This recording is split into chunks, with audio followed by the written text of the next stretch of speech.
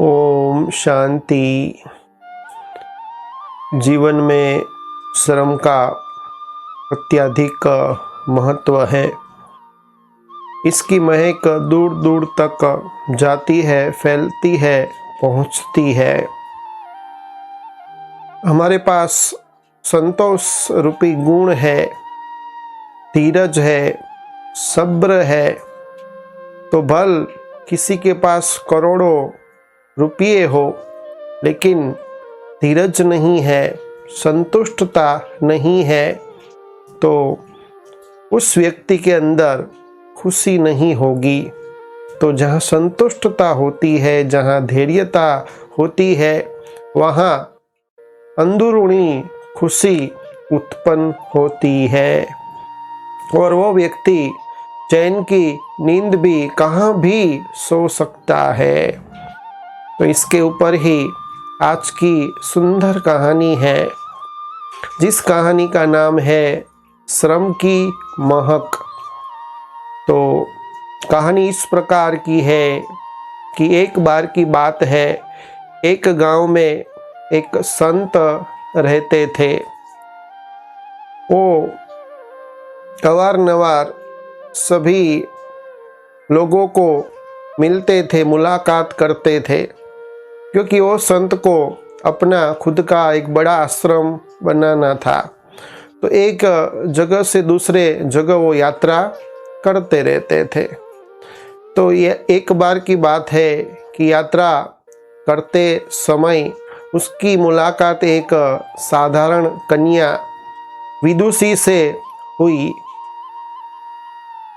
तो वो विदुषी कन्या ने संत को बहुत ही विनम्रता पूर्वक उनकी स्वागता की, अपनी कुटिया में आने के लिए आमंत्रित किया। तो संत को भी लगा कि उनका व्यवहार बहुत अच्छा है। संत भी उनके व्यवहार से अति प्रसन्न हो गए और उनके आग्रह को मान दिया, स्वीकार किया और उनकी कुटिया में गए। तो वो विदुषी ने अपने हाथों से स्वादिष्ट भोजन बनाया और खिलाया। फिर रात्रि के समय अपनी ही कुटिया में एक जगह पर खटिया बिछा दी और उसके ऊपर दरी बिछा दी और संत को कहा कि आप इस खटिया के ऊपर सो जाओ। फिर खुद जमीन के ऊपर सो गई। थोड़ी ही देर में उसको गहरी नींद आ गई। तो खटिया के ऊपर संत सोए थे, लेकिन उनको नींद नहीं आती थी, क्योंकि वो एकदम नरम गद्दे में सोने की उनकी आदत थी, जो गद्दा उनको दान में मिला था। तो वो करवटें बदलते रहते, लेकिन नींद नहीं आती है। तो जब वो विदुषी कन्या को देखते हैं तो जैसे लगता है कि वो गहरी नींद में सो गई है। जमीन के ऊपर, जमीन सख्त है, फिर भी उसको नींद आ गई है और मैं अभी खटिया के ऊपर सोया हूँ, फिर भी मुझे नींद नहीं आती है।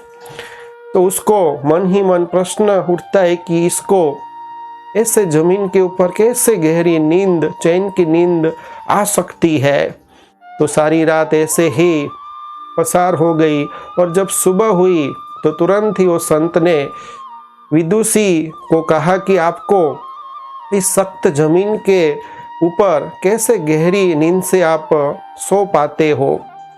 तब वो विदुषी संत को, महात्मा को कहती है कि ये जो मेरी झोपड़ी है, ये जो मेरी कुटीर है, ये मेरा एक बहुत बड़ा महल के समान है।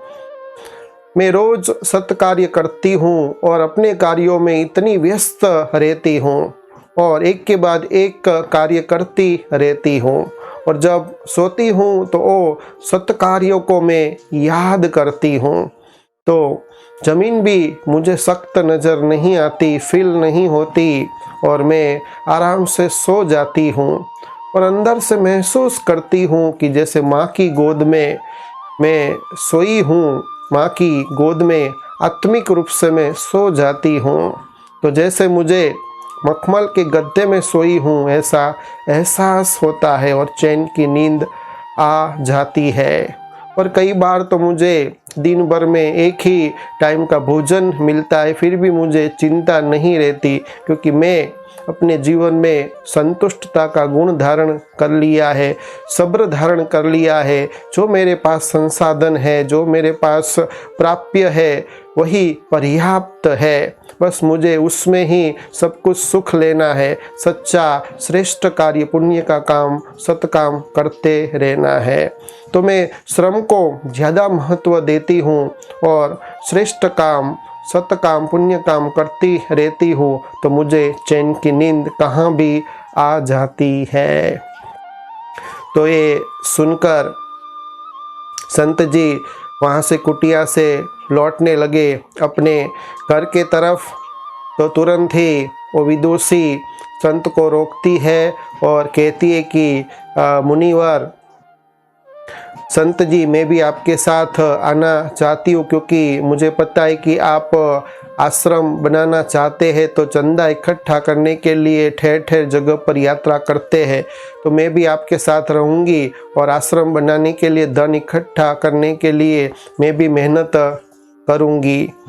तो संत जी तुरंत ही उसे कहते हैं कि नहीं, तूने मुझे बहुत ही अच्छा संदेश दिया है, बोध दिया है। आज से मैं एक नई बात सीखकर यहाँ से जाता हूँ। और वही कहते हुए यहाँ से वो चले जाते हैं और जो भी आश्रम बनाने के लिए पूर्व जो भी धन इकट्ठा हुआ था वो गरीबों में बांट देते हैं और आश्रम नहीं बनाते हैं और अपने जीवन को संतोषी समझकर मुझे बस इस छोटी सी कुटिया में ही तपस्या करनी है और श्रेष्ठ कार्य करने हैं, वो तय कर लेते हैं।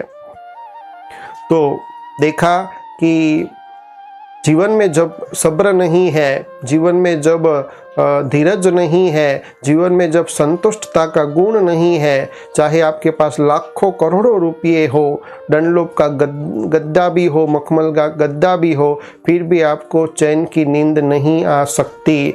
तो जिसके पास करोड़ों रुपये है उसको और ही मोह होता है ज़्यादा कमाने का, लेकिन जो श्रम का महत्व समझता है, पुण्य का काम करता रहता है, श्रेष्ठ काम करता रहता है, उसको कहाँ भी सुलाएंगे, कैसे भी रखेंगे, कैसा भी भोजन उसको मिलेगा, वो अवश्य उसमें संतुष्ट होगा, उसके जीवन में धीरज का गुण होगा और वो अपने आप को धन्य समझेगा, भाग्यवान समझेगा।